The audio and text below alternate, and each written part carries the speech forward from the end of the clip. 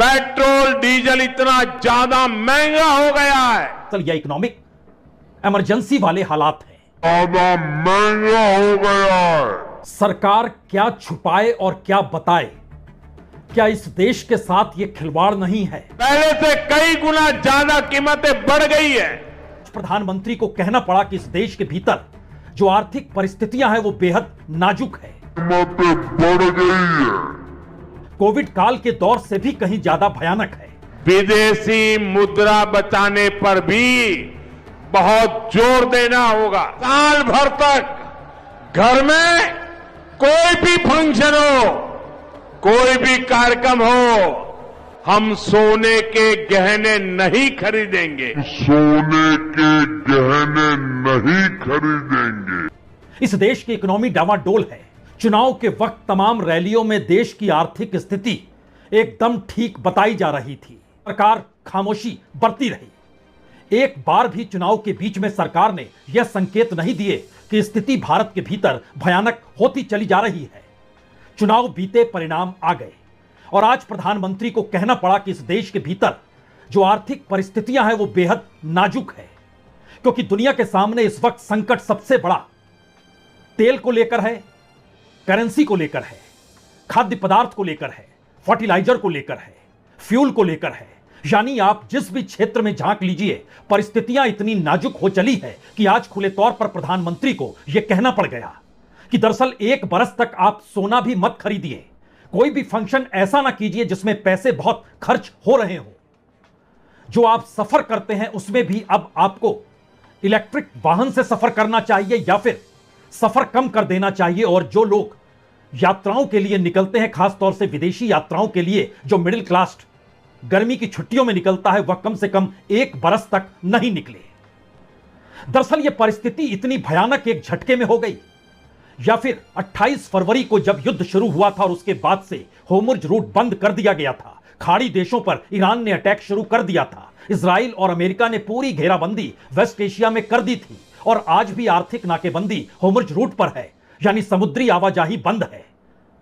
तो क्या इस दौर में भारत के पास जो भी रिजर्व कच्चा तेल था, जो भी रिजर्व फूड था, जो भी रिजर्व फर्टिलाइजर था, जो भी रिजर्व करेंसी थी, एक झटके में एक रात के भीतर यह संकट गहराया है, या फिर धीरे धीरे ऐसी परिस्थिति आ रही थी लेकिन सरकार खामोश रही?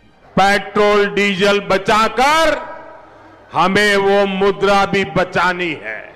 और आज जब सरकार ने बताना शुरू किया कि संकट कितना गहरा है, तो एक झटके में यह परिस्थिति तो उभर कर सामने आ गई कि इस देश के सामने इकोनॉमिक इमरजेंसी वाले हालात आ चुके हैं। साथियों, आज जो संकट है उसमें हमें वाकई क्राइसिस इतना गहरा है और एक झटके में आज हैदराबाद की रैली में सरकार को बताना पड़ा या प्रधानमंत्री को कहना पड़ा।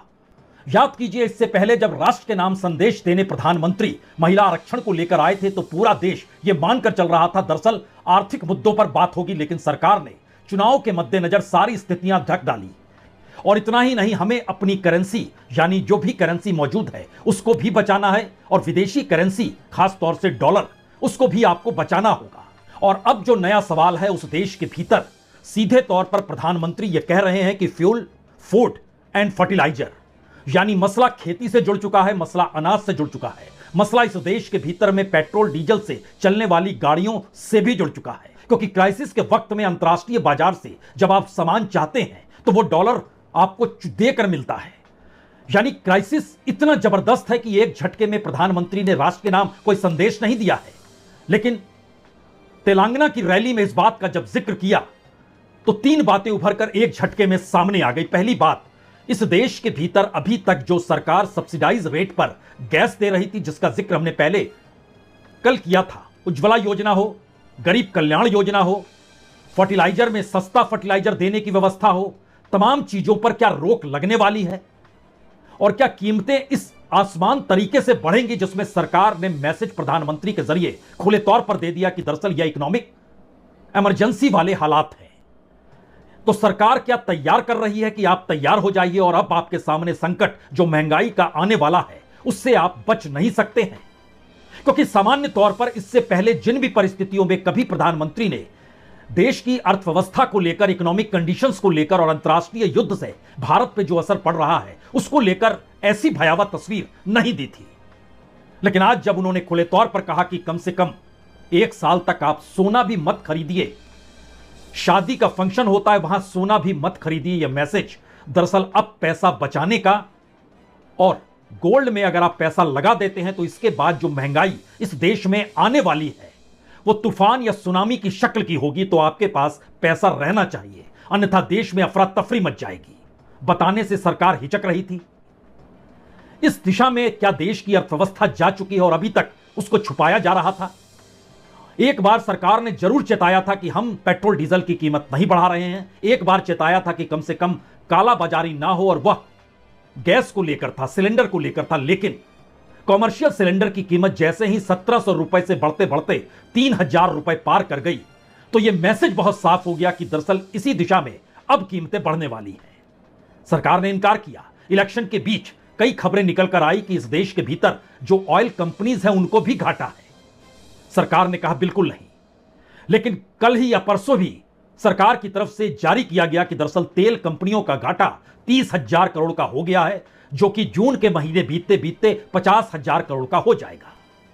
इसमें कोई दो मत नहीं कि दुनिया में जब तेल सस्ता था, भारत में तेल महंगा था। जब 40, 50, 60 डॉलर प्रति बैरल बिक रहा था, वो दरअसल मनमोहन सिंह के कालखंड में जब 100 डॉलर के पार कर गया था तब की कीमत थी। लेकिन इस दौर में बहुत मुनाफा तेल कंपनियों को हुआ। लेकिन नया सवाल तो यह है कि सरकार खुद पर जितना खर्च कर रही है, अब खुद के खर्च और जो उनकी योजनाएं हैं लाभार्थियों को लेकर, अब वहां पर सीधा असर पड़ने वाला है। मंत्री का यह भाषण उस मैसेज को दे रहा है कि किसी तरीके से सरकार अभी भी बच बचाकर निकलना चाहती है।